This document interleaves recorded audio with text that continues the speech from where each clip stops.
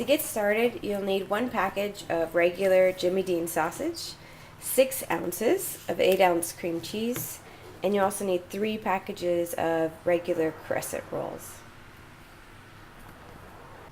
And you'll also need some diced jalapenos. You can either use fresh ones, but we use the kind in the jar. They work just as great and have a little bit more kick.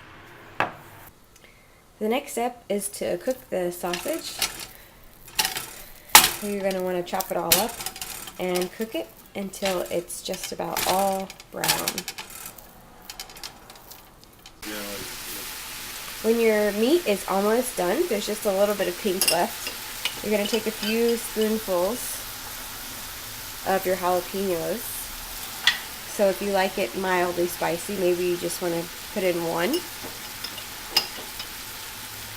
if you like it really spicy, you could put in 2 heaping, which is probably a pretty good amount of spice here. So you can just judge that, and then you'll finish cooking it until it's all brown and the jalapenos get cooked in with the meat a little bit.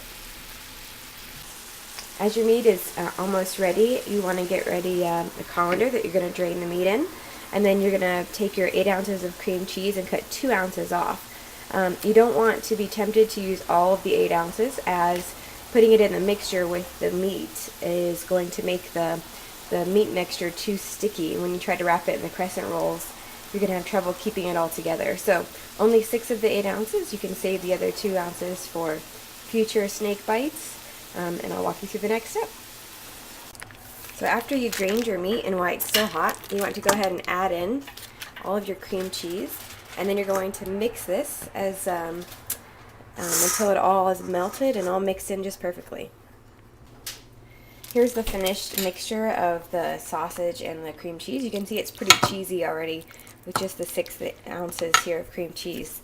Then you're going to take a smaller spoon because it's a little bit easier to scoop into the crescent rolls, and I'll show you that next.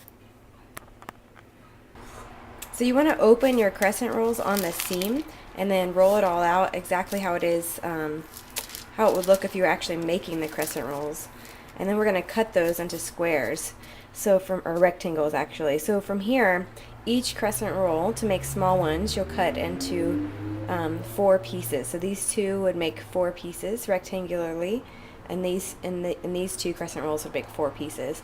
Now you can make them bigger and just make 2 at a time. So depending on how many guests you have or how many people are coming over, you might want to use this whole piece right here as a snake bite.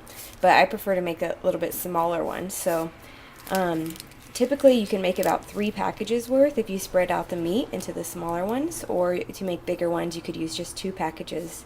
Alright, so let's get started.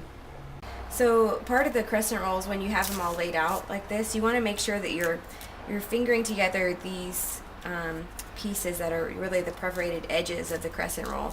So that way when you're making them, they're already starting off together. So here you're going to cut it into 4s. So you can start by cutting it in half, or just judge the size of them. And so you take 1 piece at a time. And I like to kind of flatten it out just a little bit, so it gives me a little bit more playing room when I start to put the mixture in.